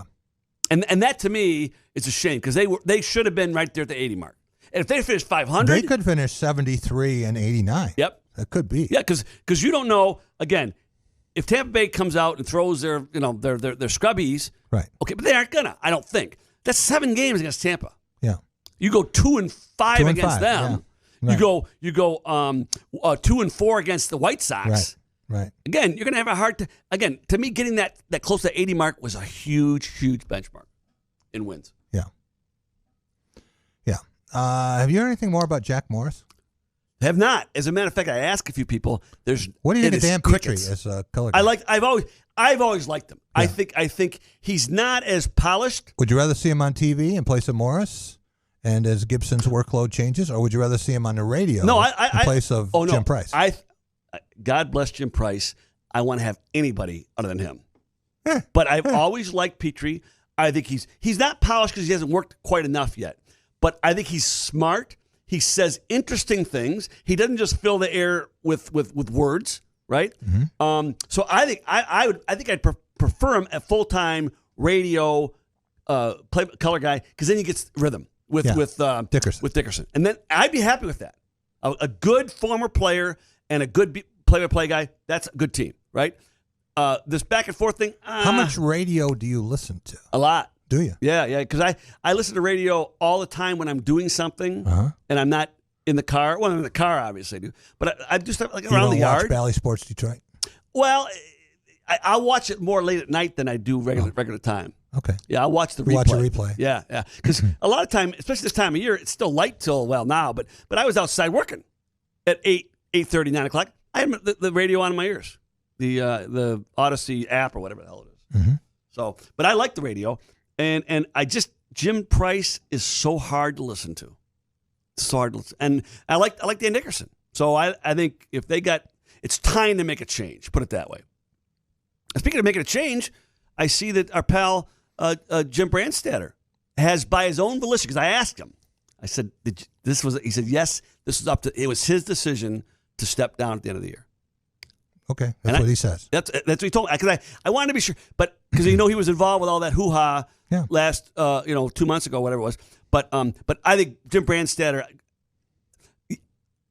even leaving out the fact that he's a Michigan guy, he's a great guy. He's a good sportsman. He's a good personality. He's a good person to know in the business. He was a good color analyst. Yeah, he was a poor to middling play-by-play guy. Right. But as a person, though, you don't find a better guy than him. So I honor him by the fact that he's going out on his own terms. Okay. Well, I know people who believe that, and I know a lot of people who do not believe What do they say against him? What's the downside of Brandstatter? Is he too much a Michigan guy? No, he's not very good at his job. Oh, they don't like him as a broadcast. Okay. Yeah. Okay. Yeah, it's not a popularity contest. Yep. Okay, often it is. The idea is he any good at it? No, You're I don't driving think- around the car. Do you I like him or not? I disagree. I think it very much is a popularity contest. I think technically sometimes guys that are popular are horrible technically. Oh, when I'm driving around, if I'm listening to a game, You are because you're discerning. I'm listening to a lot of games. Yeah, but you're discerning, Sirius XM. Yeah. And I want to be able to see the game while I'm driving. But you're a discerning listener. Not everyone is a discerning. Some people are slappies.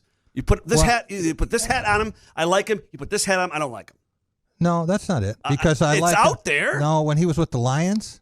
No, in general. I don't mean Brady. I mean in general. I don't think about it that way. You don't because you're discerning and you're a good listener. The vast majority of people don't think of it that way. They're much more concerned about. So do you think that fans are sad that Jim Brandstatter and Dan Dierdorf are leaving? Michigan fans are. Really? Absolutely. Oh, absolutely. Not the ones I talk to. They are like, still. wow, we can finally get a better broadcaster. Well, I think what you're going to hear a lot of that's still the tie to the great glory years of Bo. That. Right? Well, they got a coach who's a tie to the great glory years. They put a guy, and Brandy, I love Brandy. He's not a very good player, but they wrote it because people didn't care that much. They wanted Brandstatter and they wanted Dierdorf, two Michigan men. So I just think that they got John Jansen. He's a Michigan man too. Yep. Right? Well, we'll see. They'll find some other guys who have a degree from there. That's fine. We'll see who's next. But it's a good gig, though. Just like the Michigan State job's a good job. Oh yeah, great job. You know, there's very few jobs that are good like that. You know. Yeah. There's a couple. That's why people don't give them up. That's exactly right. You get them, you hold on to them for 50 years if you can. That's right. That's why. So I'm holding on to this job for as long as I can, Jack. You have to wheel me out of the studio here. We're going to give him one more week, Alex. What do you think? You're going to have to lock the door to keep me out. Okay, be sure you got that key ready next week when he's driving around with the detours. Anything else you want to hit on quick before we? I just think the Tigers now. It's all about playing for next year now. Are you going to go see Torkelson and Riley Green? I am. When? I'm going down to Toledo. I should have brought. It's because they play right to the end of the month. So I think next week I'm going down. I think I'm going on the 24th. Not to see them. I'm going to go for Cabrera night. Oh, are you? I think so. Well, you're going to the Tiger game. Yeah. No, I'm going to Toledo. You're going to Toledo. Yeah. But I know you said you're going for Cabrera night. But I think now we're seeing those bottom third of the roster playing for spots for next year. Who are the guys that fit? The guys that are in the bubble. The Castro brothers. Eric Haas. What is he? Is he a catcher? Is he an outfielder? Is he a back? Those guys. I think that's what we're trying to determine. I think Cabrera, Miguel Cabrera, is finishing on a high note. If he 3 hits last night. If he continues what he's doing right now, he'll have the best season he's had since 2017. He's not going to get 33 hits in 22 games. Though. No, but overall for the year, though, his stats are better than they've been had since 2000. So that's a positive. If he averaged 1.5 hits per game the rest of the way, exactly 1.5. Is that what it is? He will get to 3,000, and I don't think the Tigers want him to get there. No, that's next year. They've already milked the 500 home runs already. Yeah, they'll milk that for next year. They'll sit him a couple of times if they have to. And they should because he shouldn't play every day. You know, his right knee. If they're looking for, he got 3 hits yesterday. I know, but if he wants to play 2 more years, they got to still portion his time out. They can't just blow him out because he wants to go and whatever. Hey, he wanted to play first base. They're paying him $35 million. And A.J. Hinch has done a wonderful job of balancing that out, right? You got a happy Cabrera, which is a productive Cabrera. Jim Stark, Michigan Sports Legacy Conservancy. We're going to get a big announcement from him very soon. Yeah, I think next week. Next week. All right. We'll be right back. Tom Oates checking in from Madison, Wisconsin, talking about the Badgers and their loss to Penn State Saturday, and also former Wisconsin quarterback Jack Cohn, and he's the new signal caller at Notre Dame. Big win over Florida State Sunday night. We'll be right back on The Drive with Jack. At Culver's, we cook our butter burgers pretty much the same as you would at home. Only our 3-cut blend of fresh beef will do. Then you'll need to master our signature press and sear technique. You may want to practice a few thousand times. Add real Wisconsin cheese, top with a lightly buttered toasted bun, and serve yourself with a big warm smile. Better yet, come to Culver's and leave the whole cook-to-order butter burger thing to us. Welcome to Delicious.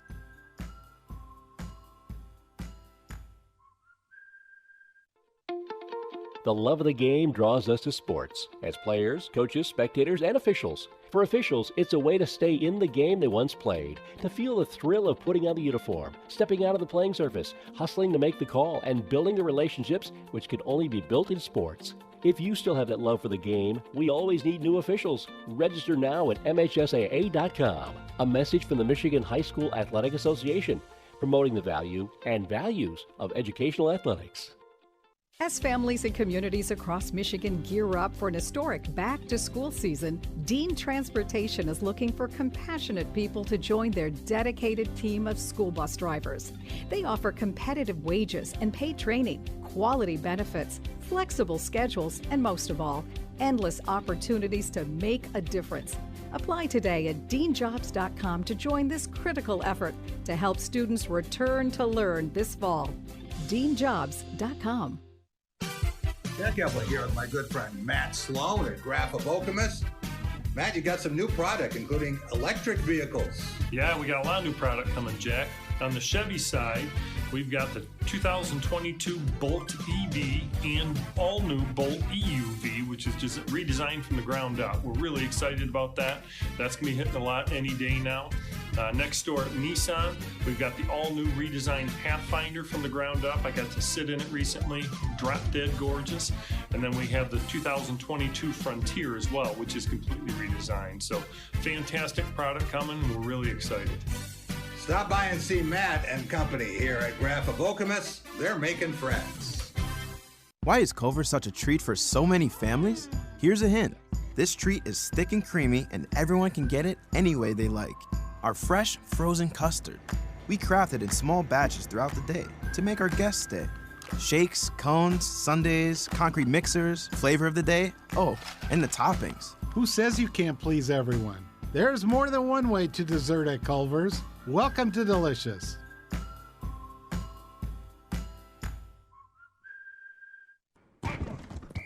Welcome to Be the Referee with veteran MHSAA official Sam Davis. One of the long-term strategies in the game of football is deception. It has a lot of other names and most often goes these days by the name of trickery. Catching an opponent off guard can break a game wide open, but catching the officiating crew off guard is something you don't want to have happen, or else your big play may be blown dead inadvertently. That's why during the pregame meeting the officiating crew has with each head coach, one of the questions that will be asked is, Coach, do you have any trick plays that we should be watching for? And coaches, who are usually tight-lipped about a lot of their strategies, will be very open and describe in detail anything fancy that's in the playbook for that game. This type of communication gets coaches and officials on the same page and ensures that when trickery comes visiting, only the opponents are surprised. Thanks, Sam. You can be a referee. Go online now to MHSAA.com to register. Be the Referee is a production of the MHSAA Network. Gonzaga basketball coach Mark Few is facing a charge of DUI after being pulled over earlier this week in Idaho. The school's athletic director, Chris Standiford, acknowledged the situation but declined comment in order to let the legal process play out. After refusing to take a pay cut, running back Latavius Murray has been released by the Saints. 2 homers for Nelson Cruz as the Rays knocked off the Red Sox 12-7. Cruz at 41 becomes the oldest player to ever hit 30 homers in a season, passing the mark held by Darrell Evans and David Ortiz. That's definitely a privilege, David Ortiz means so much for baseball. Also as a Dominican, it's just an honor to be by his side. The Brewers blasted the Phillies 10-0. Albert Pujols hit a home run at his second return to St. Louis as the Dodgers beat the Cardinals 7-2. Leila Fernandez, Arina Sabalenka, Daniil Medvedev, and Felix Auger-Aliassime all advanced to the semis at the U.S. Open. That's sports. Frank Garrity, NBC News Radio. You're listening to The Drive with Jack Epler. Sorry if you're offended by that. SpotlightMediaStudios.com. Welcome back. It is The Drive with Jack, the Spotlight Radio Network. All of our Wednesday shows brought to you by Graph of Okemos, Graph Chevrolet, and Graph Nissan. Side by side on West Grand River, 107 years in the automobile business. All right, I want to go back to our guest line, Alex, and head to Madison, Wisconsin, and talk with Tom Oates, outstanding columnist for decades, covering the Wisconsin Badgers and the Green Bay Packers and all things Wisconsin. Tom, how are you? I'm great. Thanks, Jack. What about that game Saturday? And it was excruciating in some ways, but were those two good teams, evenly matched teams, or were those two teams that might struggle more than we thought? I think there were two pretty good teams. I thought both offensive lines played poorly in that game, and it kept a lot of points off the scoreboard for both teams. Wisconsin pretty much dominated the game. They had the ball for like 40 minutes, but they killed themselves when they got close to the goal line and couldn't score. And that was a problem all last season. And I thought Penn State did a great job of getting some big plays offensively. They only had like 43 yards at halftime, and they got actually 4 big plays in the second half, and that was really all they had on offense the whole game. But they got a couple touchdowns out of it and won the game. It's good coaching. I thought Wisconsin's defense, the safeties had a little rough go in coverage, but other than that, Wisconsin's defense was really good. Their front seven, I'm telling you, this has got the makings of an outstanding front seven. And I think Penn State has some really good weapons. Right. Dotson's a very good receiver. And and Penn State's front seven played very well. I think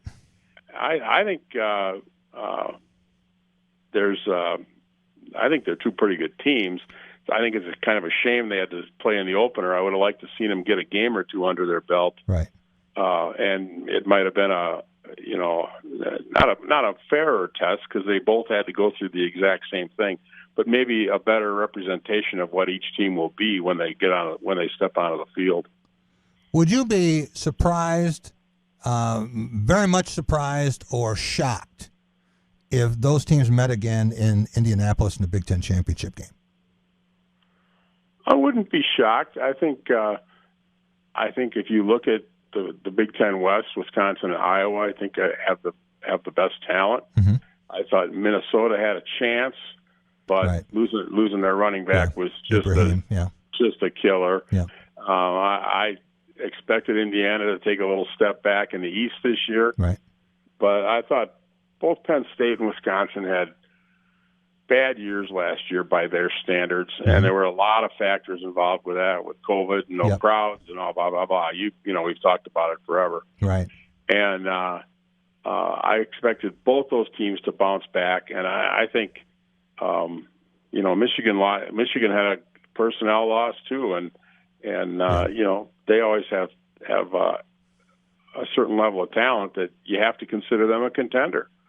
So. I mean, I think it's going to come down to Wisconsin and Iowa in the West, and if Wisconsin beats Iowa, which is here, right? I think you're going to have there's a strong possibility they could be in the championship game. Yeah, it's not impossible to think that Wisconsin could win out, right? No, Mertz has to play much better. His offensive line, will play better. They did a lot of substituting, and the tackles both missed a lot of camp, and there was a lot of, they're all excuses, but they're all reasons why the offensive line wasn't very together, should we say. Even with that, though, the transfer running back from Clemson looked pretty good. The running back from Clemson looks pretty good. I'm not sure what happened to Jalen Berger, very highly touted. Yeah. Showed a lot of promise last year, averaged 5 yards a carry. In a COVID-interrupted season for him. But all of a sudden he's third on the depth chart, and with no great explanation for why that is. But they have better tailback depth than they had last year. There's absolutely no question about that. Yeah. Getting Kendrick Pryor and Danny Davis back at wide receiver. They missed most of last season with injuries and COVID and all kinds of stuff. All that should help Mertz, but Mertz has to help himself too. He looked like a quarterback who had not progressed from last year. Right.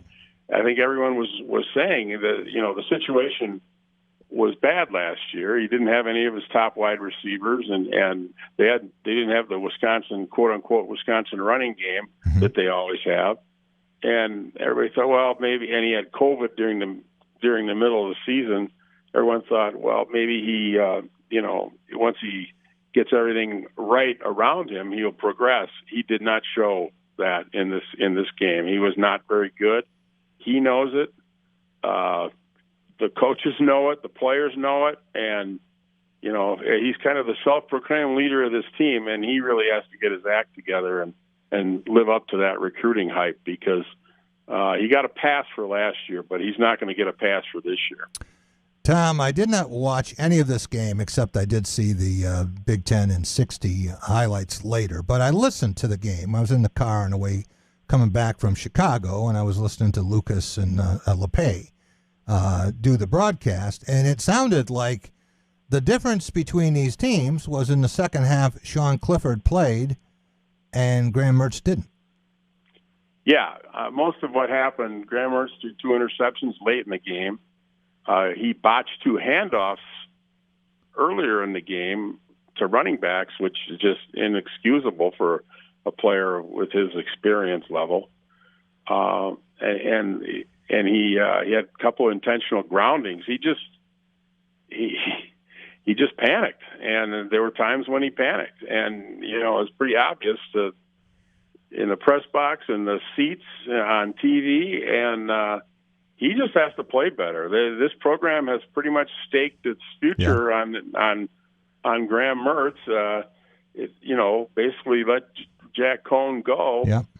And this could have been Jack Cohn's senior year. And let me remind you of the way quarterbacks progress at Wisconsin, and they have under Paul Chryst. Yeah. John Stocco, when he was a sophomore, wasn't very good. When he was a junior, he was decent. And when he was a senior, he was a really good Big Ten quarterback. Scott Tolzien, when he was decent as a junior. When he was a senior, he was a really good Big Ten quarterback. And they lived through a lot of Cohn's development because he had to start, and they're not reaping the benefits of Cohn. So they basically staked their future on Graham Mertz, and he's really got a lot of pressure on him to produce right now. And he's admitted as much. Tom, is he the highest ranked quarterback recruit you can remember at Wisconsin? Obviously, Russell Wilson came in from North Carolina State. That's different. But I'm talking about number of stars for a quarterback recruit. Yeah, I think so. But Bart Houston was really close to that. Yeah. He came from one of the big California Catholic prep powerhouse teams. Mm-hmm. And he never truly developed either, although I think he got caught up in the Gary Anderson switch to a new offense kind of thing, that the offense didn't really fit what Bart did. And he kind of hung around the Steelers for about a year, practice squad thing like that. He had some talent, but he never really realized it here. And but yeah, Mertz was probably a more highly recruited than Bart Houston was. Let's put it that way. I don't know if he was more highly rated, but he was certainly more highly recruited. And he's a big, strong kid, and he's got a decent touch, and he looks like he should be a quarterback. But as we all know, the mental side of the game is acute at that position, and he just hasn't mastered getting to a second receiver yet. He hasn't mastered curing happy feet. He's not panicking when the rush gets there. He's got a lot to work on. Well, let's talk about Jack Cohn for a minute. And what do you think the reaction was for Wisconsin fans watching Notre Dame and Florida State Sunday night? Well, there was a lot of, boy, wouldn't it be nice to have Jack Cohn, but and I don't want to paint all of Wisconsin fans with the same brush here, but there was a sizable portion of the fan base that couldn't wait to get Jack Cohn out of town so Graham Mertz, the highly recruited savior, could start. And I think some of those people maybe have changed their tune after Saturday or after the weekend. And I don't mean to paint all Badger fans that way, but,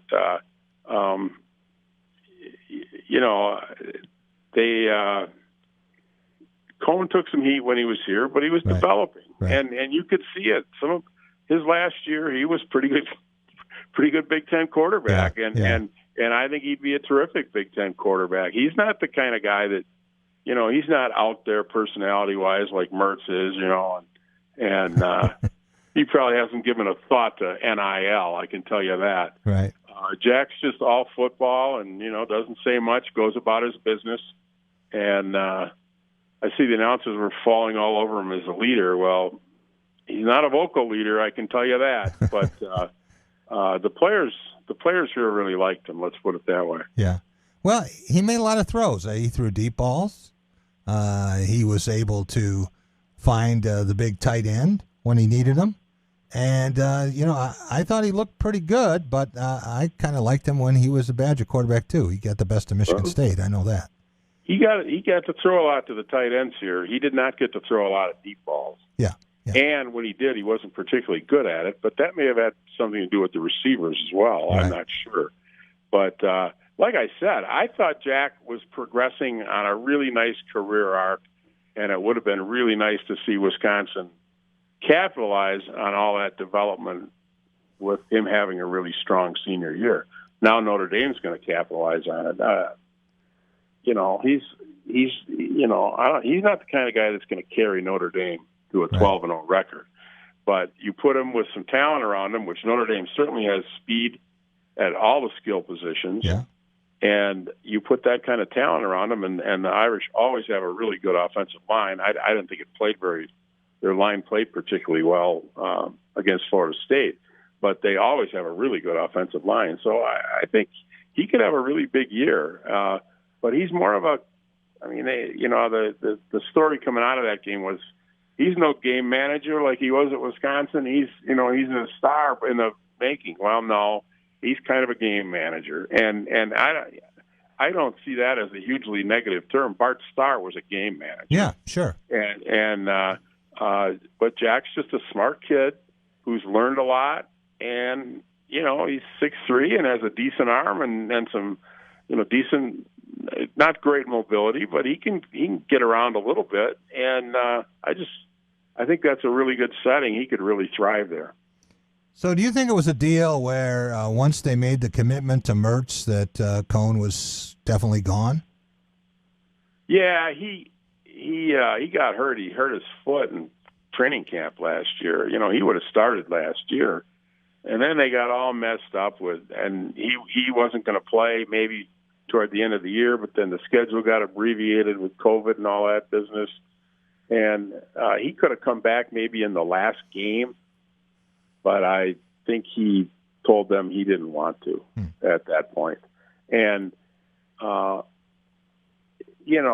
think it was a matter of him just seeing the writing on the wall that once Mertz got in there, it was going to be his job. He was the people's choice, and Paul Chryst doesn't let the fans run his football team for sure, but Mertz certainly came in with a lot of fanfare, and it was deserved. But again, until you see these guys play, I'm not a big fan of recruiting rankings. What was the reaction at Wisconsin when Brett Bielema won that opener over Nebraska, and then they came crashing back to earth against UT San Antonio? Yeah, I don't think Badger fans understand that UT San Antonio is actually not a bad football team. Pretty good, yeah. As kind of the mid majors of college football, so to speak. Right. It's a pretty good football team, but Brett Bielema did not leave here on the best terms. Right. A lot of rumors about his personal life. Yeah. And then abruptly quitting, after the championship game, and then making remarks about how he, Wisconsin didn't support him and he couldn't afford to keep his assistants, et cetera. Was that true? He rubbed a lot of people the wrong way. Well, you know what, Jack? Interesting you should ask that, because I went back and did the research. I knew you would.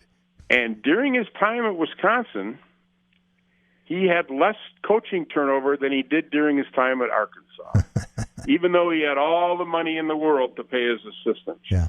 He's a micromanager. He takes his assistants off, and they leave. It's that simple. It sounds like Nick Saban. Yeah, but he painted a bad picture of Wisconsin. And I will say this: Wisconsin did jack up its assistants' salaries after that, and in hindsight, it probably was the best thing that ever could have happened at Wisconsin, because they kind of got up to par with a lot of other top programs in terms of compensating really good assistants. And they've had a number of really good assistants here. It did tick off the fan base, and it ticked off Alvarez, I can tell you that.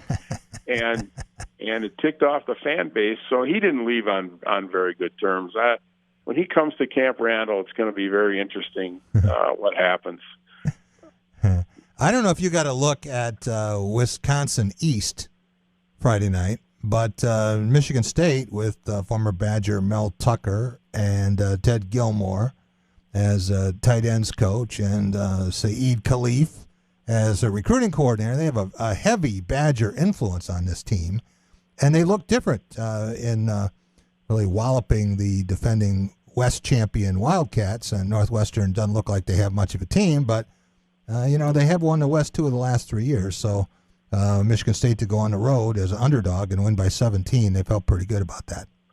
Yeah, that was a big win. I mean, it really was.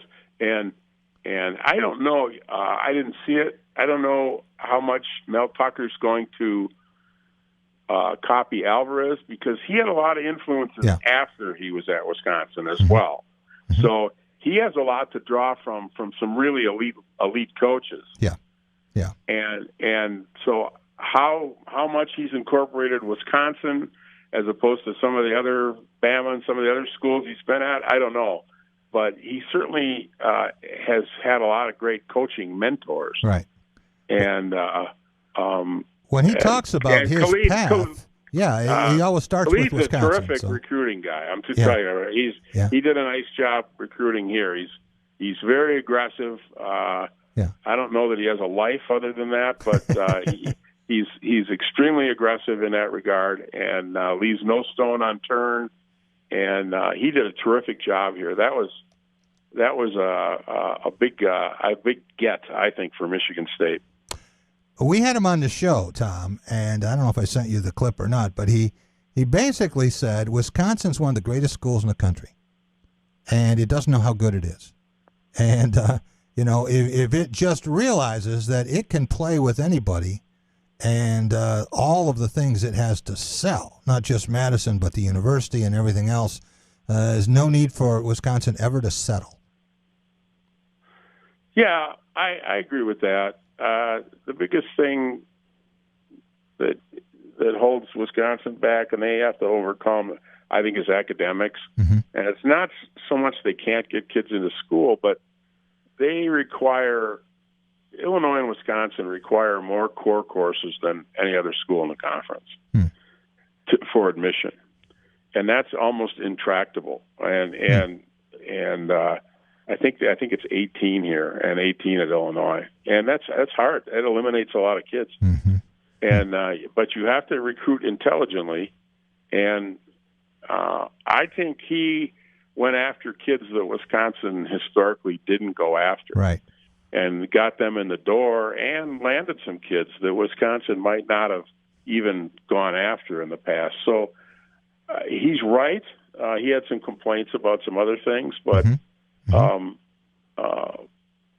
Recruiting budgets and people, number of people, and all that, and he's probably right about that too. Some people were kind of bristled that he criticized, and I said, well, you know what? He's just representative of where college football's at, and Wisconsin's not there in his estimation, and I don't see how you can really disagree with what he said. Tom, last thing for you. I was talking with Cynthia Freeland of the NFL Network. She's our analytics expert, and she's going to be on our television show Sunday night. But she said that the Super Bowl is going to be the Chiefs and the Packers, not the Bucs. And she is all in on Green Bay with Aaron Rodgers back. What do you think the chances are of the Pack getting to the Super Bowl? Well, they've been to the NFC Championship game in the last 2 years. They've been 13-3 the last 2 years. Yeah. And I would say this is the best roster they've had. Okay? Now, that doesn't, you never know. Tampa Bay came out of nowhere last year and really had a good team. I mean, it wasn't just the Tom Brady show. Right.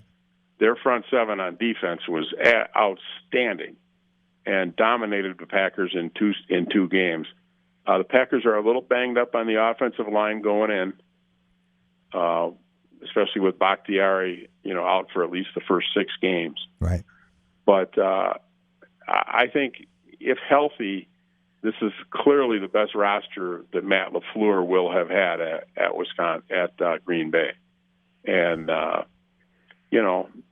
again, I think the schedule's difficult, maybe more difficult than the last 2 years. Right. But, again, Aaron Rodgers was MVP last year. Yeah. He and Matt LaFleur had a tremendous meeting of the minds last year. And Aaron Rodgers changed the way he played the game, and he was absolutely outstanding. He had one bad game all season. Right. And,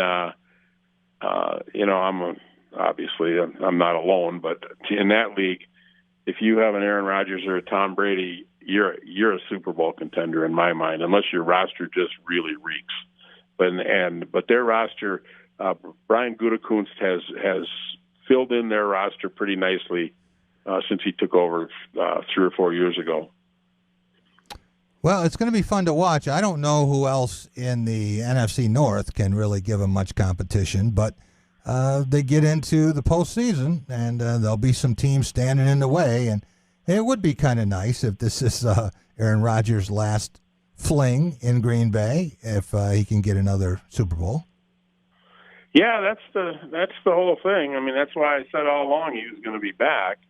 I think he desperately wants to win another Super Bowl, and there was no better place for him to do that than Green Bay this year. There might have been I don't think Kansas City wanted him. I don't think Tampa wanted him. It wasn't like there was, they were going to trade him somewhere that would give him a better chance to do that. And he wants to do that. He's got a lot around him, and they're all full speed ahead. So we'll see. Hey, Tom, thanks so much for joining us. We'll check back with you during the season, and I'm sure the Badgers will right the ship very quickly. I want to thank Carlton Valentine, former Michigan State forward and two-time state champion coach at Lansing Sexton, Sean Windsor from the Detroit Free Press, and Jim Stark from the Michigan Sports Legacy Conservancy, talking about the Pistons and the Tigers. And we'll be back tomorrow. A reminder, tomorrow, 2 weeks from tomorrow, we will be out at the Peanut Barrel for a very important return to remote broadcasts for the Michael Sadler Foundation. So you can circle that on your calendar for September 23rd. We'll see you tomorrow, everyone. Have a great night.